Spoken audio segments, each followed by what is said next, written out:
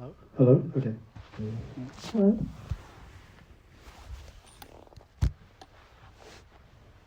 So all of my favorite gangster films are about love, really about love. And maybe you could make the argument that all gangster films are somehow about love, but this is definitely a film about love. We see In Praise of Love quoted a number of times. We see the word love on screen, and it seems to be about a love of film history, filmmakers, filmmaking, love of affirmation, or as affirmation, and love through solidarity. And I was hoping you could start off by talking about how love played into this film. Into the film? Yeah. Well, actually, the way the movie starts with Clemenez, just many scenes with them first. Originally, in the script, it wasn't like that. It was kind of sprinkled about. But when I edited, I wanted to have it all more at the front because, so it's the way we enter the film. Because in love, it's at the very least two frames that make a cut, right? So you have two frameworks of the world, and somehow you're trying to look at the world and find a new way of looking at it, right? So I thought if the film starts off with two people looking at the world and how they see it, and then the rest of the world could slowly start to enter into it. But the idea is also the fact that we have to start with some sort of thing like that, with some sort of cut. You can't just start with the frame being by yourself, etc. Like, you have to minimally think, okay, I'm here with people in the world, and what does that mean when I look at the world knowing that, right? And I just think the structure of love has a very generic structure that is really close to how thinking is possible, because it's so chance, right? You're just wandering about, and oh my gosh, okay, now I met this person, and then you throw the dice on that, and okay, I think I'm gonna say something, you know, and then you slowly try to recreate the world from there, right? But that's how it feels like to have an idea, whether it's like a mathematical idea, an artistic idea. It just shows, like, in honesty, it comes from the sky. You don't expect it, and when it's in front of you, you have to say, okay, am I willing to change for it, or am I just gonna be stubborn and be like, oh, next idea. but I feel like, thinking has this sort of generic structure, and that's why someone like Plato will be like, there's no genuine philosophy without love, and I think that's a very important idea as a starting point for thinking. So I wanted that to be present in the movie. And present in the movie because, like, I think the cut in cinema is the presentation of the present. Perhaps the frame is some sort of varied mixture of the future and the past, but the present appears in the cut.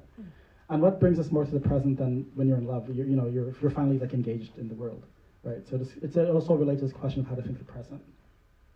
Yeah. Oh wait, sorry. One last thing. Sorry, you got me on this. Absolutely. It's like the Socrates business on screen. You know, I feel like with like Plato, it's like things have to happen in front of him, and he has to montage it. So it's like deductive mathematics, tragedy, the existence of democracy, and his friend Socrates dying, right? That who he has love for, and I feel like when we're seeing like people you can have love for, other people's loved ones dying on your phone screen, etc. Like the way thinking is constituted is that same sort of gesture. You're montaging these things, and one of those things is often related to this idea that death comes to some sort of loved one that way, like it came to Socrates or something, right?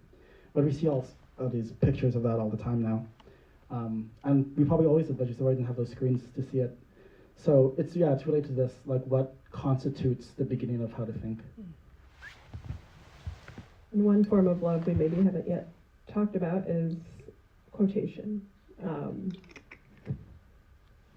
This film is full of symbols, references, and a lot of quotes. And I was wondering if you and Kieran could talk about how quotation plays into either your understanding of yourself as an auteur, or into your relationality with others as you make a project, and how quotes, inform your process. Do you want to go first? Sure. I think Isaiah and I both have developed. I mean, one of our commonalities is that we have a very idiosyncratic relationship with the art that influenced us, and we try to think about intervening within the history of that relationship in some way.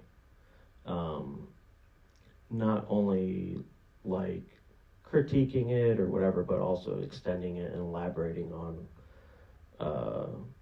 those influences in a very explicit way. And I think that's in trying to, I think we both see art making as a knowledge-seeking behavior, you know, where we're trying to extrapolate upon what we know or to learn what we know in order to change, or that we can learn something new or whatever. And I mean, just from a personal perspective, my background is playing jazz, so the repertoire hasn't changed since I started playing music when I was a kid. I still play the same forms, and so I'm constantly thinking about if there's something new, if the impossibility of doing something new in it, but also not that it is impossible to do something new, but that at the end of the day, I will be like, oh, I haven't done it yet, so. Yeah, I mean, you don't only hit in Eunice once either. Right. So I feel like it's that type of idea. Right. Like, and that's that retroactivity that has to do with that infinity question. I think in terms of quotation, I feel like what I love about Brian De Palma is that he's shameless with it. But I think that's really important. It just means you feel yourself in a tradition of other creators in the history of our world, right? And then once you start quoting other thinkers you're interested in, when you gain independence from your models is when you start quoting yourself. You quote your own quotes about this, and then you slowly wiggle yourself free in some way, and then you'll start having new questions that the previous did not have, right? So it's that type of question too. I think I want to become this one a bit more explicit, just because I have nothing to be ashamed of, obviously, but I think it's important. I feel like, look at me, I'm not like a white filmmaker, so why am I into yada yada yada? But you have to think that. Right, and that's that whole thing about quoting your quotes, because like, I was talking to someone yesterday after that talk, and this person was talking about critiquing Sergei Eisenstein, the Que Viva Mexico movie as a Mexican thinker, because he thought there's all these issues with it. And we were talking about that and how the school is somewhat like, well, but it's Eisenstein, you can't be doing that, blah, blah. But I was saying it's not only the fact that like, okay, this is a good point, you should pursue it. It's also this other side. Your relationship to Eisenstein isn't just like me being who is excluded from this, I can add that. But the other stuff too, intellectual montage, etc., that's yours too. So when I make interpretation of intellectual montage or the jump cut or etc., it's not like, oh, I'm bowing down to my master and just go, look, he did that. Everything that's amazing about it, I probably invented. The projection I invented of Godard, the projection I invented, it's like Ratatouille, everyone saw Ratatouille, that Italian chef in my head is me, that Franco-Swiss filmmaker is me, and that's the idea, right? And that's why we quote, that's why we do these games, right? It's kind of like in like the history of hip-hop, when you take your parents' old records, and then you change it, you change the speed, you scratch it, etc., right? You change the very origin by engaging with it. So it's not simply like, oh, I'm just quoting and that's the origin and just repeats. And the way you extend it, the very mode of extension is by changing the very thing you're extending in that motion, right? So that's why I think it's important to obviously, because we talk about like knowing your history, right? But like you were saying, like when you learn what you know, it'd be easy if you already knew what you knew, but you don't, right? But if you learn what you know, you realize that your very relationship to this history is itself historical, so you can make new claims all the time. And I think that's really the point. You just have to have the strength to make that claim. And once you realize, okay, I am all these names, whatever, I could say what I want, And then if you want to challenge it, whatever. But you have to have that sort of confidence of making that form and saying you have the strength to extend it, or break from it, which is often the same thing. Yeah, like changing the conditions upon which you engage with this thing, in order to maybe really learn like what you liked about it, or then learn why you hate it. Yeah. Eventually. Yeah, I feel like I have most critiques for like Eisenstein, Jean-Luc Godard, and Ye, because I love them the most. But that's how it would work. right? So, I'm off and on all of them all the time, trying to rethink, but why that cut, why not this one? Oh, he's really terrible at mathematics, he was wrong there. You have to be able to have that relationship. And I think it's really important, because with philosopher cinema, there's too much bowing down in some sense, and you have the right to be wrong, which means I have the right to be right when it happens. And we think that we understand the art better than anyone else, probably, right? That's the Like- point. No. I mean, Well, you're always arguing with, like, oh, you meet somebody who tells you that how much they love, Gertrude Stein. I like Gertrude Stein. I would meet somebody who likes Gertrude Stein, and then they start talking to me about Gertrude Stein, and I'm like, I don't think we're reading the same thing, or whatever.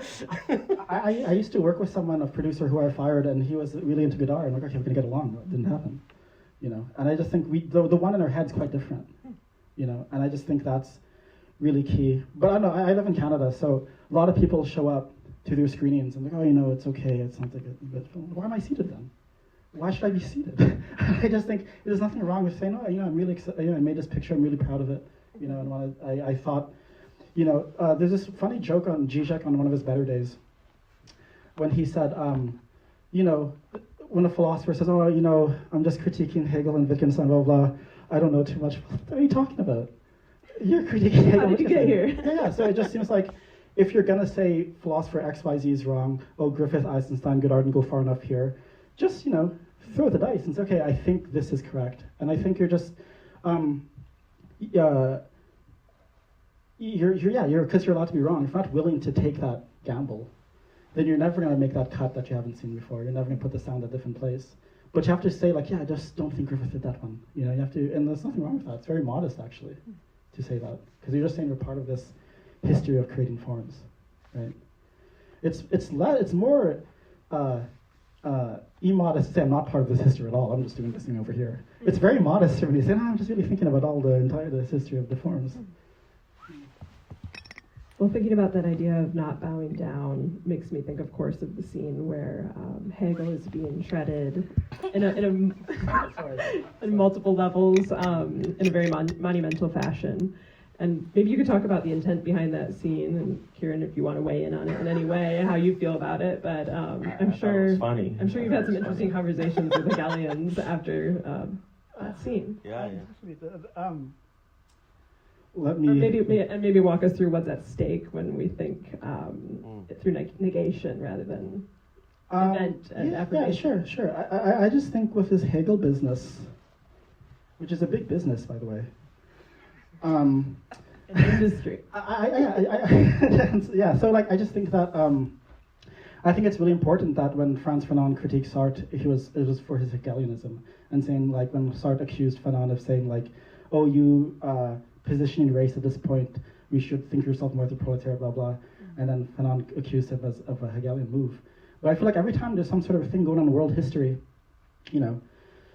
Hegelian pops up and says okay, we could calm down. And I think that's really important to think about. When you think of someone who's indebted to that legacy, like Habermas, who just died, which is great. And this idea that okay, you see images of genocide, and Habermas could pop out and be oh, it's not. Here's some language. It's not. And I think it's just an important thing to fight this relationship to language in that manner. There's something really interesting that people talk about. Hegel one time said, after reading a particular German translation of the Odyssey, Hegel said, I want to make philosophy speak German, And I feel for a universalist or whatever you want to talk about, I just feel that's not enough for me, And I just think there's other things thought can do. And in other senses too, I just feel I read a lot of critiques of certain philosophers or with things with Hegel, and if his idea of infinity is stuck in his time, mathematics has moved since. It's when people say, oh, it's still Griffith, it's still Griffith. It's oh, it's still Hegel, it's still bad infinite. I just think we're allowed to say things have changed. He hasn't seen a movie. I said that to a Hegelian one time. Hegel never seen a movie. He's well, what does that matter? It matters everything because I make movies. And I think I'm willing to gamble my life that this is a different way of thinking, And all of what we can do with the cut has not yet been covered by Hegel. I really believe that, right? And that's why I have all this interest in thinking set theory mathematics on the movie set and make a movie set theory, and also think the cut in relation to infinity, all these type of things that can't be covered in that sort of way. But also think because honestly, it also was a self-critique, because my film Inventing the Future was very Hegelian. Because at that time, I wanted money to think this question regarding state politics. And obviously, we're thinking state politics, I'd probably think Hegel, right? And go through that stuff. So it's also self-critique, right? I'm allowed to, that's allowed too. But also, yeah, after seeing all the pictures of genocide, I'm like, hey, maybe state politics is not the one I want to think with in this century. There must be another way of thinking. In the same way that there's only one infinity, there must be another politics. There must be another ontology. And I'm willing to try to think it. Maybe it's not going to be in German, you know. So these are just these type of questions that I think are still rather open and modest, actually, because why not?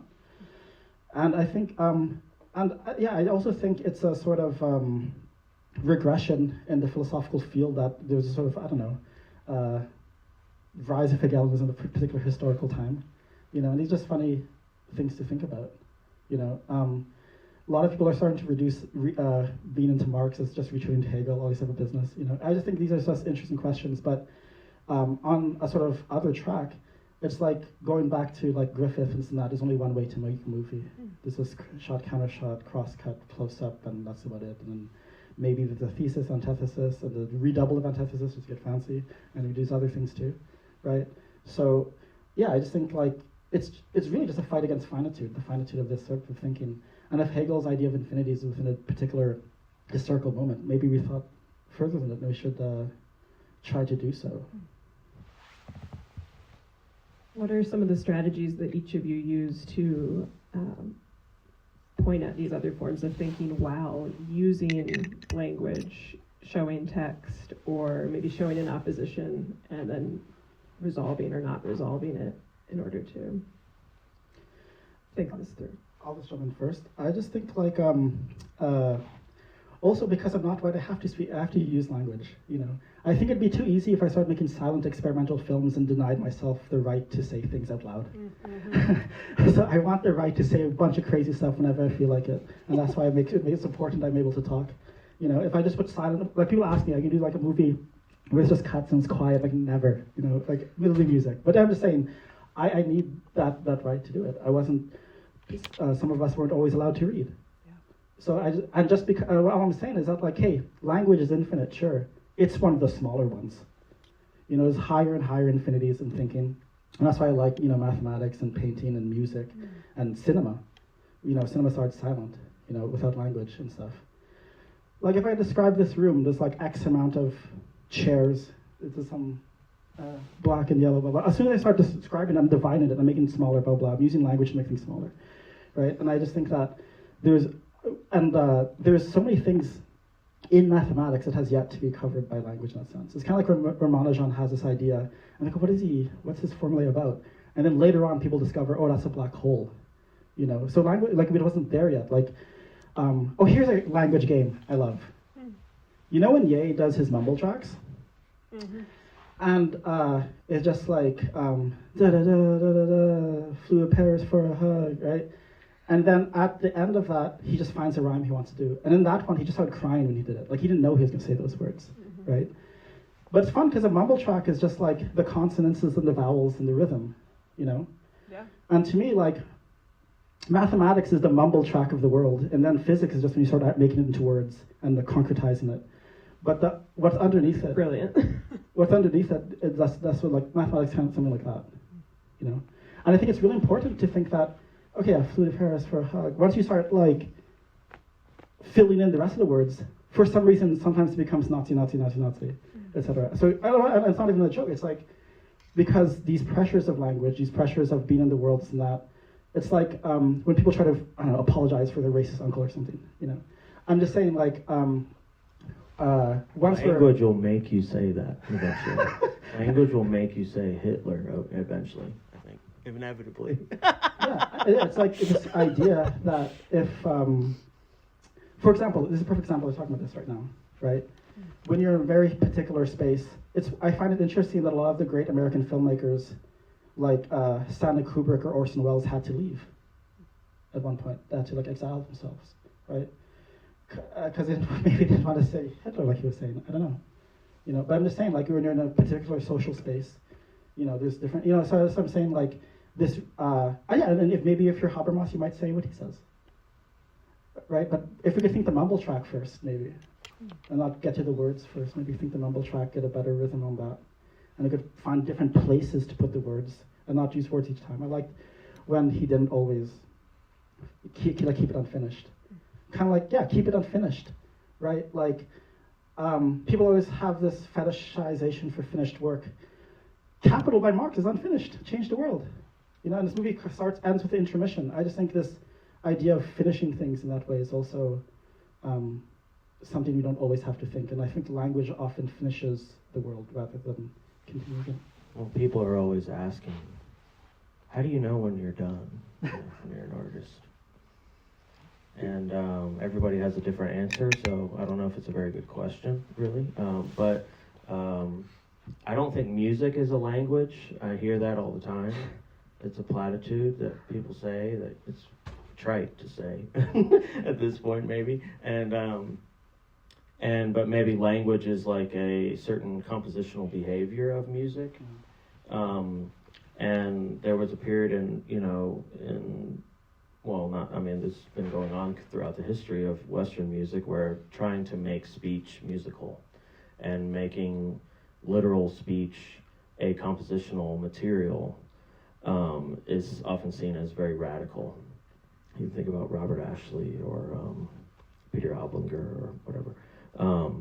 These are people that write musical behavior according to the behavior of speech. And oftentimes it sounds like speech still. And which is good. I think that you should use it. But I think trying to reify it as bringing it back to music kind of recirculates music as linguistic first. Yeah. And I think that's maybe a mistake to do that. But so that's really, I'll just say something specific about this is that there's a sequence where there's what sounds like a female voice just like speaking gibberish, Mm-hmm. And that is a piece that I made where the monophonic guitar track, with is iterative plucking, bending. I put into an AI voice changer, and the AI voice changer resulted in that voice composition. And which I think it's funny to make AI say gibberish, but also I think that's really what it's saying.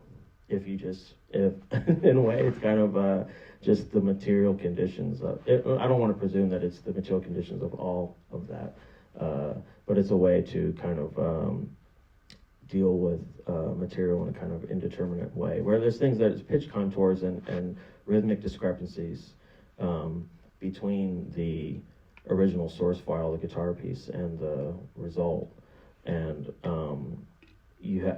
so you're faced with this question of whether or not those discrepancies are structural to my composition, or if they're structural to the process of encoding the audio as speech, and what that might mean for rendering something recognizable as speech behavior. So there are ways, I think, to draw lines between speech. I don't think that we're in tension with non-speech, or we're in tension with speech or with language. But I think just we're both pretty insistent about the lack of primacy that it has in our practices. I think the structural question you're talking about is feed music, and is it a structural consequence via which it has makes linguistic the music? In another way to say this, I think it's like Truffaut's whole critique of tradition of quality cinema is that rather than it be this AI business that you're feeding, you feed your ideas into the screenplay form, spits out something, and then the auteur disappears. Right. So this and like the AI prompt question is very similar to Truffaut thing of being against the tradition of quality. That we just have a bunch of script writer films, and we're losing the question of auteur. So it's also the idea that like to not have a primacy on the screenplay, not have a primacy, et cetera, et cetera, et cetera, that could fundamentally at some point limit what we're doing. Like obviously people are saying things, so there's a screenplay, but I try to really minimize it, and it's not the first thing we do. And it's just one element, like the light, like the distribution, like the clothes. It's like a timbre. It's a timbral distinction. It's like using a violin instead of a clarinet or something, or using a female voice versus a male.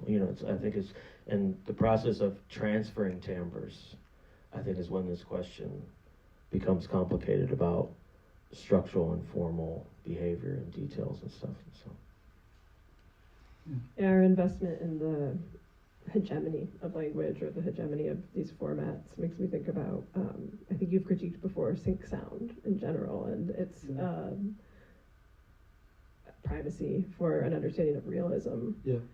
How were the two of you together thinking about sync sound and gangsterism? I don't know. I feel like we've always kind of been against that stuff, just because, for many reasons. We're and just even at least skeptical of it, maybe. Yeah. And like sort of skepticism could put us at a distance, but when you're skeptical of something, you could still rotate it in your head, throw it up and think about it, right? But in terms of this stuff, I just feel like in the history of movies, there's always a sort of distrust of sync sound when something interesting happens, right? Like from the beginning, or the fact that like with Italian neorealism, it wasn't sync. They sync it after, but they're not shooting with sound. It was too loud on set for Attack of the Clones by George Lucas, so they had to ADR everything after. So there's always this fight. Like every time I try to do something new, you have to kind of we have to put sync sound to the side, and I just think it has to do with this primacy of this not putting language as with the primacy of it. And one example I love to use is like the classic Kuleshov effect. So it shows my face, and then shows my lemonade, and then shows my face, and I'm like, oh yeah, he's probably thirsty for lemonade, right? But then when you look at the shot counter shot, say we're talking here, it just takes the face part of Kuleshov and allows you to talk with the face part, and then removes this part. But it already shows that thinking had to happen before speech, right? There's already a primacy in the history of cinema that thinking had to happen before speech. And I think that's an important idea.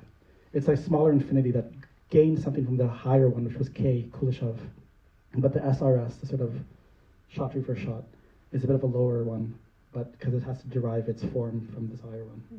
Well, on the other side of that, Isaiah and I, and I'm sure many people here, have seen countless experimental films where the sound or the music is completely structurally decoupled from the image. They got their friend to do sound for it, and maybe there was a spiritual alignment or something, but there is no structural coupling or compositional coupling between the music and the image a lot of the time. And then when there is, it's synchronized most of the time, as if as like in wavelength where the zoom is correlated with the glissando. It's like as if those things are both continuous. It's a very illusionistic way to think about those two kinds of behaviors, but things like that. So I think that I'm personally interested in dealing with the structural coupling of sound and image in so-called experimental forms.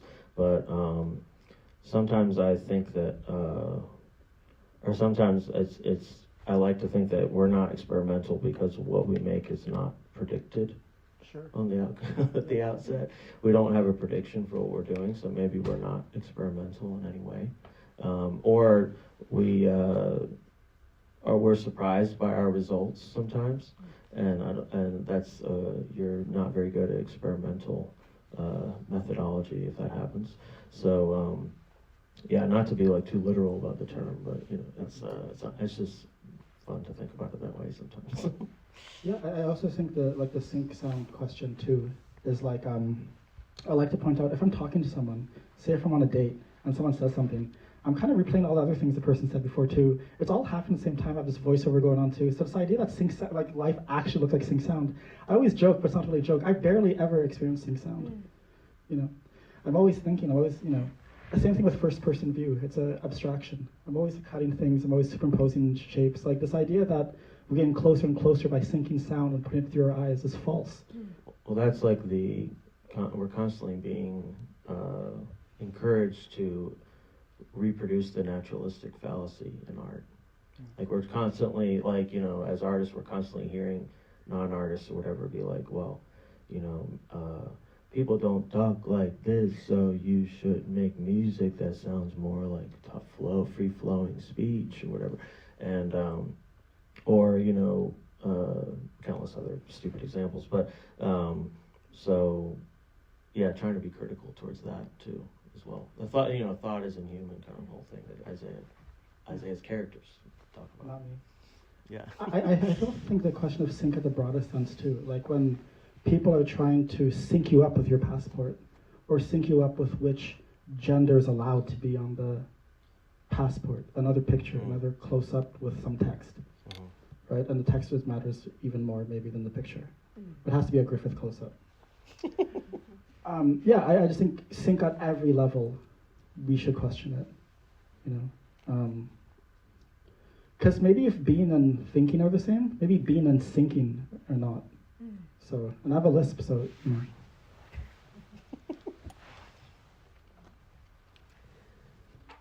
I'm thinking about what Kieran said about not knowing the outcome ahead of time and the participants, all the different participants in a film, and thinking about your recent essay, Cut is a Form of Thinking for Crisis and Critique. You have a quote where you say, the director is an actor who tells the editor to cut. Yeah. And I'm wondering if you could elaborate on that, and also I'm curious if the composer is an actor and what they tell the editor. I mean, it depends which direction we go about. But yeah, I like to say the director is also an actor. He just has one line though, it's cut, no other line, you know. And it's a nice word because it has no meaning. It's not like other words in language. Like when someone says cut, when the director says cut, we have no idea why. Usually the actors kind of, oh, I guess, you know. So it's just like a point of rhythm to continue thinking, right? But I think in terms of questions with directors, actors, and editors, kind of like when we're talking about the stuff with the AI prompts and screenplays, I'm obviously going to always hold to this question of the auteur, because I think like it is a relatively new idea. I don't think it's time to just, okay, we're all collaborative, to be honest. I think like when an idea is new, it goes through waves of like, it's popular and then it's not, and then you have to fight for it and have to reimagine it, you know. But I think you should, as a director, know how to speak to everyone. That's part of it. That's why at one point you do have to use language, but also how to think without it. Like that's why it's important for me not to, like I don't use a DOP just because I'd hate to have to explain what I want to shoot. I could just look at it and do the lights myself. But once I start explaining, oh, could you do like this? Suddenly, you know, like most directors, you have a little book of all the films you like. Oh, make it like this, Bertolucci. Make it like this one. And then all of a sudden, I'm losing my eye. You know, so it's important for me to have this non-linguistic relation to the camera when I do that. Because then there'll be stuff that I can't name immediately. Like I can't name it. I see it. And I can't direct that, you know. Mm-hmm. But I have to find a way to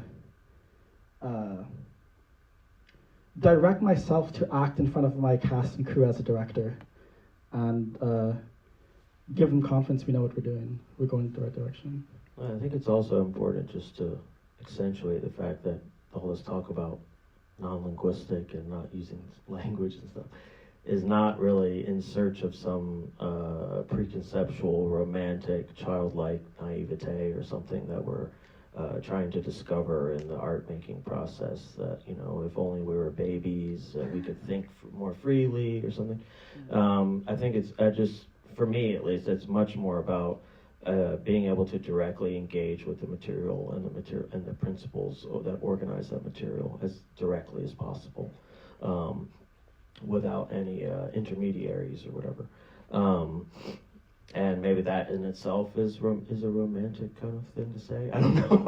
I worry that. Not necessarily. I worry that We're something. back to love. Yeah. Right. Well, don't get me started. You know. But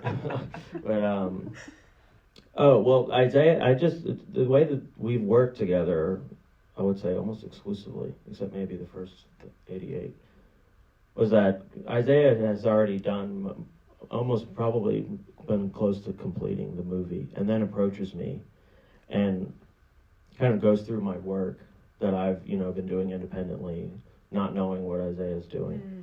And Isaiah will go through and be like, oh, I like this and this and this that you did. Can I use it? And then sometimes I'll be like, oh, well, I have this other stuff. I'll send it to you and you can use it how you want. And then I assume that to some extent some of the pieces determine certain temporal decisions about cutting or ordering things. But so that's really the only agency I can talk about with respect to, being an actor or whatever.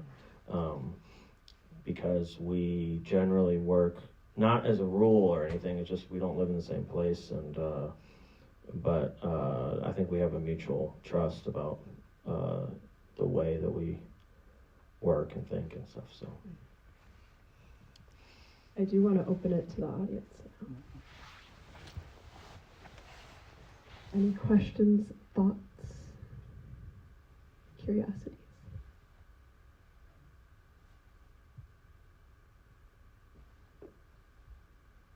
Just speak like this? I suppose So, Can you hear me? Yeah. yeah. So theory is really not my strength. So I've heard a lot of ism. Can you talk a little about the gangster part? we've been hearing a lot of isms tonight, Nikki pointed out, and not all of us might be, plugged into theory, but we I'm should not talk. No, I'm serious. I'm just a movie Same. maker. But we could talk about the gangster part of gangsterism, and maybe you could speak to what genre meant to you in this project. And Kieran, you could also talk about how genre plays into your work. Yeah. I love gangster movies. I watched a lot of them growing up. I still do. I think it's really interesting to me, just like the rom-com, just because those are the genres where you see something on screen, yeah, I'm gonna try that. And I'm serious. I feel like everyone's always, well, what's the relation between art and life? I don't know, gangster movies and rom-coms show a pretty clear relation. You see someone, maybe I can do this, I could fall in love, or I could make some money or something, free myself, And I think that's really interesting, because I feel like there's that one movie I like, Paid in Full, and the main character, it's based on a true story, watched Scarface, and then when he watched Scarface, he thought, okay, I should, deal drugs, etc. A lot of my friends growing up, Which is insane. Goodfellas, etc. And I feel like I am not shy about saying a lot of my decisions come from making movies. Why did I choose this medium? I take it seriously. Maybe someone showed me some way of life that is interesting. I should pursue it. And back in my day, we call it corrupting the youth. So Socrates was a criminal, right? That's the whole idea. He was outside the state, he corrupted the youth and showed them piety to gods. I love films that corrupt the youth and show piety to the gods. I know there might be hate or whoever gets it. But but what I like about those two genres, gangster and rom-com, for example, is that it's a very interesting thing. I feel like if I watch, let's be honest, if I watch Wolf of Wall Street, I'm going to party. I'm like, it's a critique of capitalism, blah, blah, blah. I'm watching this movie, I'm probably going to go party or something, right? I just think it's a very direct relationship to the cinema. But if I see someone thinking on screen, I want to think, Yeah, when I was a kid and I'm see all these things mentioned in a Godard or Eisenstein, hey, let's find that out, let's go to the library, it's exciting. So I just think what's nice about the gangster movie is that it gives you just permission to do anything, really. And how people talk. I just feel like with writing this movie, I just like how in gangster movies, anyone can say anything at any time. Joe Pesci can say something like this or that, and it's oh, cool, we're just allowed to do that. And I think that's really fun. There's no, because they're a gangster, there's no social determination by which he can say this or that, right? And I think that's a strong idea. And in terms of genre, I just feel like it's just the minimal things so I can make a movie. One of the things was by doing gangster movies or rom-coms or heist movie or whatever, it allows me not to turn avant-garde to a genre, and that's really important to me. To not turn experimental to a set of norms we could always know are there, But if all the genre means that if I make a detective movie, I'll just give my actor my trench coat and they could just walk in a circle and I'll make something up. It just gives me the minimal guarantee I can call it a movie, and I could maybe even convince someone to throw money at it. Probably not, but it's just a nice, it's like a meeting ground. If I go into meeting people, and obviously I do this too, ontology, but if I know it's a gangster movie, it's fun. Here's a hat, here's a gun, and we could do all this other fun stuff. And it's just a nice way to get things going. I don't like it when artists wait. I hate when artists take so long to make a picture. I like those old-fashioned ones like Bergman and Godard just kept popping them out, and not have this sort of almost like religious relationship to it. I just think, it's something I do. It's like I'm like a bird who sings. I just happen to do it. I think Isiah and I are both, or our work. A lot of our work is dealing with working from first principles. And we spend a lot of time trying to construct, a composition from the bottom up rather than from the top down. And I think this thinking about genre, for instance, I've been in the past, I grew up playing jazz and everything, and then I became very alienated and didn't leave the house very much, so I felt, all right, I can't play jazz anymore because I don't see people very often, and I need to do that in order to play music with people. So I figured, well, what's the kind of music I can do by myself, And I decided to be very literal and say, I'm going to do monophonic music from first principles. And so that means, rethinking definitions about pulse, rethinking definitions about intonation, envelope, amplitude, these things. And I think, not to say that that's a necessary course of action or whatever, but I think that's allowed us to think more clearly about making something like a genre. Like now I feel much freer playing a standard now than I did before, because I feel like I understand, what I'm doing more. I think that, and Isiah has relatively recently been talking about genre, and has made a lot of work with the same ambition to work from first principles, from the bottom up. And I don't want to speak for you, but I think that maybe there's a similar trajectory there, where we're not precious about the genre, necessarily. It's just a set of conditions from which we can apply the kinds of materials that we've developed and the kinds of principles that we've used, organizing our own, bottom-up processes to these more top-down hierarchical systems like genre. And also more thinking about genre as a social system, that thinking more and more, as Isiah's movies get shown more and more, if I do more and more performances, we're having to constantly think about this social question of what we're doing. And even if we're completely alienated by it, it's still the